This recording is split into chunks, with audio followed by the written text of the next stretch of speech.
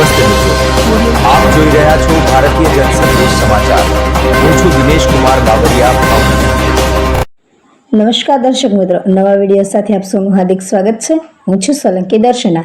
ભાવનગર જિલ્લાના પાલીતાણા તાલુકામાં રાજકીય પક્ષોની સ્થાનિક સ્વરાજ્ય ચૂંટણીઓ પૂરજોશમાં તૈયારીઓ ચાલી રહી છે, જેમાં આમ આદમી પાર્ટી દ્વારા પણ તૈયારીઓ કરવામાં આવી છે. આજરોજ આમ આદમી પાર્ટીના કાર્યાલયે પણ સમગ્ર ઉમેદવારો દ્વારા ફોર્મ ભરવાની તૈયારીઓ ખૂબ જ ઝડપી ઉત્સાહભેર થઈ રહી છે, જેમાં આમ આદમી પાર્ટીના જિલ્લા પ્રમુખ હસમુખભાઈ દોમડિયા, પ્રભારી શ્રી કિરપાલસિંહ સરવૈયા, તાલુકા પ્રમુખ શ્રી રાઘવભાઈ ગોહિલ તેમજ ઉમેદવાર શ્રી રમેશભાઈ પાવસિયા, કમલેશભાઈ ગોહિલ, અજયભાઈ મકવાણા સહિત સમગ્ર કાર્યકરો ઉપસ્થિત રહ્યા હતા. બ્યુરો ચીફ દિનેશ કુમાર બાબરિયા ઘેટી સાથે રિપોર્ટર જીતેન્દ્ર સોલંકી સિહોર. આ તો પ્રમુખ સૌરાષ્ટ્ર સ્થાનિક ચૂંટણી છે, આપનું શું કહેવું? સૌરાષ્ટ્ર સ્થાનિક ચૂંટણીની શરૂઆત થઈ ગઈ છે, પડઘમ વાગી ગયા છે અને અમારી ફૂલ તૈયારી છે.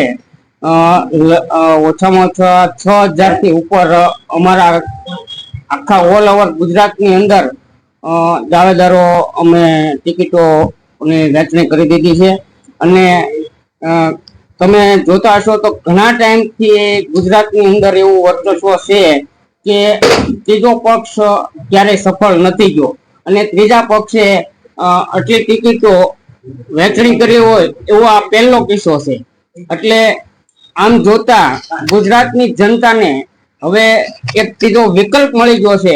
આજથી લગી મામા ભાણિયાનું જે સમજૂતી હતી એની વચ્ચે ત્રીજો પક્ષ આવ્યો છે, એટલે વિકલ્પ મળ્યો છે અને લોકો આતુરતાથી રાહ જોવે છે અને ભવ્ય મત આપી અને વિજય અપાવવા માટે લોકો તત્પર છે ગ્રાઉન્ડ ઉપર. આ માહોલ જોતા એવું લાગી રહ્યું છે. અને હાલ જુવાળ કેવો આપને દેખાઈ રહ્યો છે? હાલ અમે જુવાળ ફૂલ જોશમાં છે અને આવનારા સમયની અંદર પાલીતાણા તાલુકા પંચાયત અમે બેસાડવા જઈ રહ્યા છીએ અને જિલ્લા પંચાયતની અંદરે અમે ટક્કર આપશું.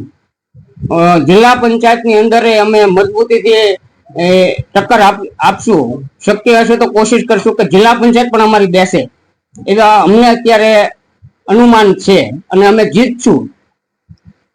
થાકી ગયો દરેક વર્ગને કંઈક ને કંઈક જયારે પ્રશ્ન હોય અને દરેક સમાજ હોય કે વર્ગ હોય, વેપારી હોય, ખેડૂત હોય, વિદ્યાર્થી હોય, આ તમામ ભાજપ સરકારથી નારાજ હોય ત્યારે સમસ્ત ગુજરાતની અંદર અમારા ઈશુદાનભાઈ ગઢવી અને મનોજભાઈ સોરઠિયા છે, તમામ નેતાઓ જે છે એ કામ કરી રહ્યા છે. એની ઉપર સમગ્ર ગુજરાતી જનતાને ભરોસો અને વિશ્વાસ છે.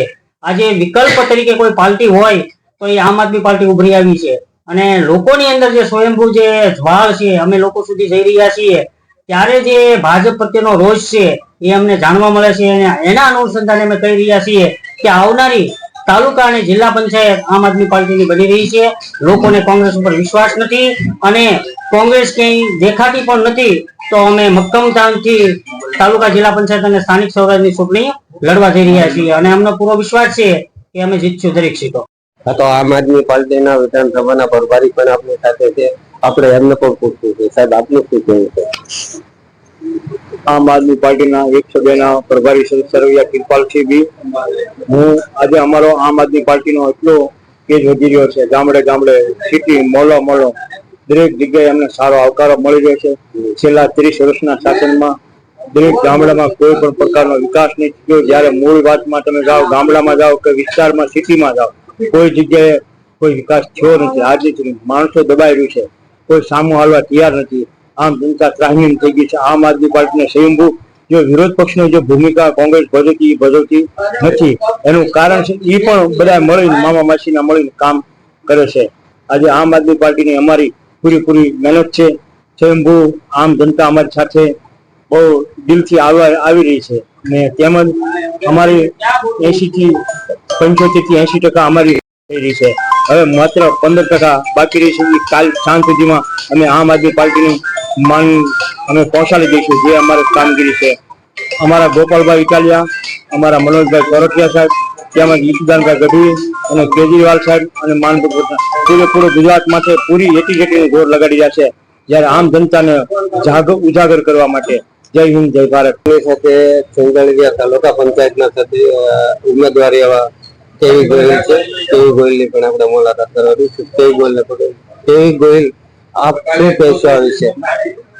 અમારી સેંજળિયા તાલુકા પંચાયત છે તેનો હું આમ આદમીનો ઉમેદવાર છું અને મને પાર્ટીએ ઉમેદવાર તરીકે ટિકિટ આપી છે અને હું ખૂબ જોશથી ભાજપ અને કોંગ્રેસને હફાવીને હું જીતીશ અને હું 300 થી 350 ની લીડથી જીતીશ એવી મને આશા છે. કારણ કે મને મારું નામ ખાલી જાહેર થયું પછી જ તે બધા લોકો મને એવી રીતે બોલાવી રહ્યા છે કે તમે અહીંયા આવો, અહીંયા તમે જ્યાં જઈને અમને લોકોનો સારો પ્રોત્સાહન મળી રહ્યો છે અને લોકો એમ કહી રહ્યા છે કે હવે તમે પરિવર્તન લાવો. આ વર્ષોથી આ ભ્રષ્ટાચાર ભાજપ આ સરકાર વર્ષોથી આપણા રોડ નાળા ગટર પછી નિશાળો હોય છે, શિક્ષણમાં પણ અભાવ છે, શિક્ષણની ગ્રાન્ટમાં પણ અભાવ. ખાલી તાલુકા પંચાયતના યુવા ઉમેદવાર એવા અજયભાઈ મકવાણા પણ અમારી સાથે છે, એમની પણ આપણે પ્રક્રિયા લેવાની છે. તો અજયભાઈ, આજે તમે પહેલી વાર જે તાલુકા પંચાયત લડવા જઈ રહ્યા છો એના વિશે આપણો કેવો અનુભવ થાય છે? અનુભવ તો બહુ સારો છે. હું 9 વર્ષથી આમ આદમી પાર્ટીમાં કાર્ય કરું છું સતત, એટલે લોકોનો પ્રતિસાદ બહુ સારો મળી રહ્યો છે અને આમ આદમી પાર્ટી એક માત્ર એવી પાર્ટી છે જે સામાન્ય પરિવારના સામાન્ય લોકો, બહેનો અને યુવાનોને તક આપે છે. એ તક આજે મને મળી છે એ બદલ હું આમ આદમી પાર્ટીનો ખૂબ ખૂબ આભાર માનું છું. અને લોકો પણ અત્યારે સમગ્ર ગુજરાતમાં આમ આદમી પાર્ટી સાથે સતત જોડાઈ રહ્યા છે, કારણ કે આમ આદમી પાર્ટી ઈમાનદારીની પાર્ટી છે, લોકોના કાર્ય કરે છે. સામાન્ય જનતા મફત વીજળી, શિક્ષણ વ્યવસ્થા સારી ગુણવત્તાયુક્ત જે ગુજરાતમાં આજ સુધી જોવા મળતી નથી અને શિક્ષકોની પણ ઘટ છે. તો આમ આદમી પાર્ટી શિક્ષણમાં બહુ સારું કાર્ય કરી રહી છે અને સતત સામાન્ય લોકોના પ્રશ્નો ઉઠાવી રહી છે અને સામાન્ય લોકોને મદદ કરી રહી છે.